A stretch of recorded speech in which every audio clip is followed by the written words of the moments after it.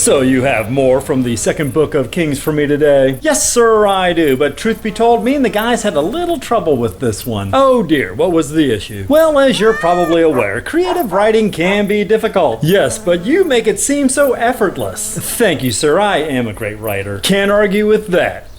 Well, I could. Hey, shut up, but even the greatest authors can suffer writer's block from time to time, and me and the guys definitely did on this one. Oh no, whatever would we do without your priceless contributions? Don't worry, sir, we've come up with a great way to kickstart the creative process. And what's that? Mad Libs. Mad Libs, really? Yes, you've heard of them, right? Of course, I love Mad Libs. The family and I do them all the time. Aw, so wholesome. I picked up a new one on the way here, as a matter of fact. Well, great, so you'll know what we're doing here. I think so. Walk me through it. Okay, we sat around for a couple of hours and wrote down a bunch of stuff on slips of paper. Proper names, cities, kingdoms, objects, that sort of thing. Gotcha. Then we made up all sorts of plot elements, bits of palace intrigue, political maneuvering, just a ton of random events. So fun. And then put all the slips of paper in a bag. Okay. And then we drew them out, glued them to the appropriate spots on the page, and stitched together a narrative from that. Oh, that sounds so much more efficient than coming up with, a story. I know, right? So, for example, let's try with the one you just got. Oh, sure. Okay, I need a name of a person. Elisha went to, I need a place.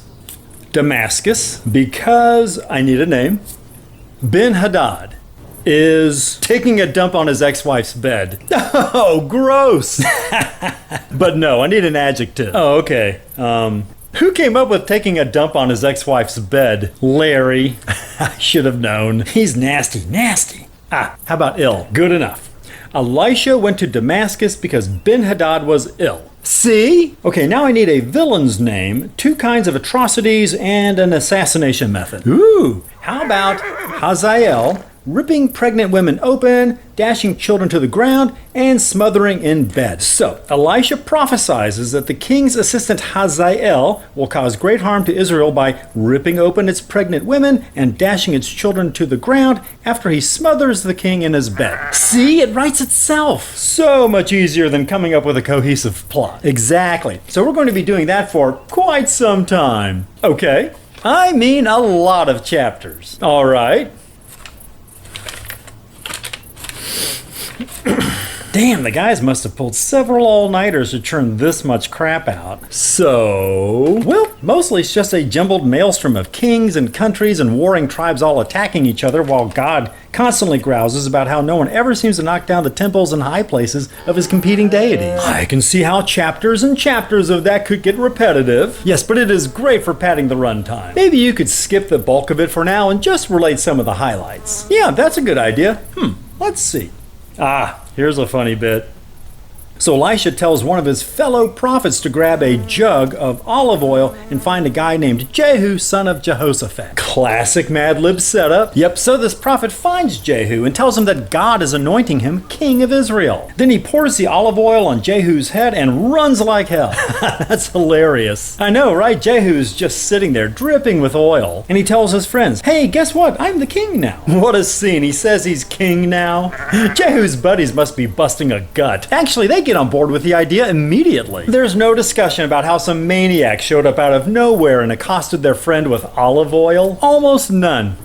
But I will say, maniac is a great word for the assailant. I'm going to use that. So your Mad Lib has resulted in a king of Israel being determined by a maniac dumping olive oil on some guy's head. Well, it sounds kind of dumb when you summarize it like that. How about you add that the oil attack sparked a discussion? Nah, it's easier if they just immediately accept the maniac's words, blow a trumpet, and proclaim Jehu is king. Oh, whatever. So, now that Jehu is king, he kills a couple of his rivals, then he goes looking for Jezebel, remember her? Of course, the idolatrous wife of King Ahab in 1 Kings. That's her. She puts on makeup, does her hair, then gets tossed out a window by a couple of eunuchs. Because slips of paper. Because slips of paper. Oh, doing your hair and makeup before being tossed out a window by a couple of eunuchs is tight. Yeah. What other chestnuts you got in that extremely well-written thing? After a bunch of chapters of one king after after another, there's a pretty good bit with a king named Hezekiah. And what's his deal? So he's a king of Judah, and he does everything right by God. Wow, this guy sounds great. Oh yes, there's never been anyone like him before or since in Judah, and he's successful in everything he does. Fantastic. So then the Assyrians attack and capture all the fortified cities in Judah.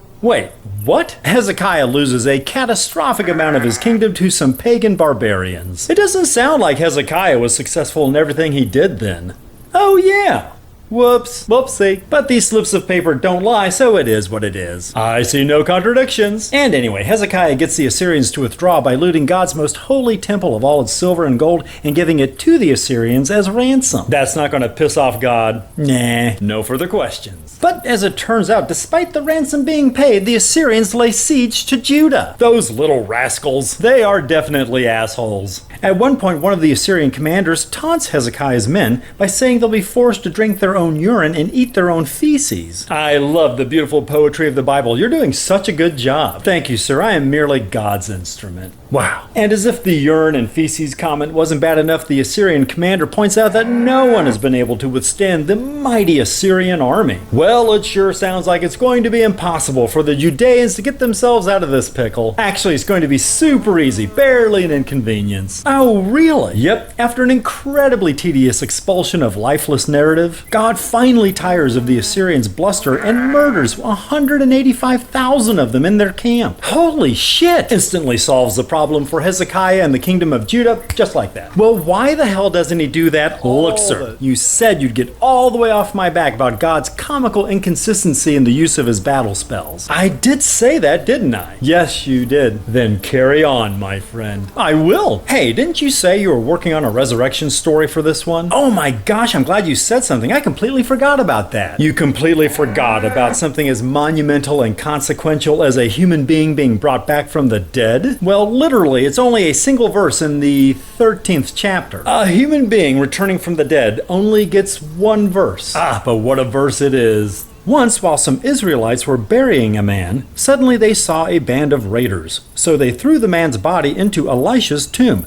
When the body touched Elisha's bones, the man came to life and stood up on his feet. Really? How did a hastily discarded body find itself in contact with Elisha's entombed remains? Unclear. And who was this guy who came back to life? Unknown. Well, what does he do after conquering death? Oh, that is completely unaddressed. Wow. So what do you think?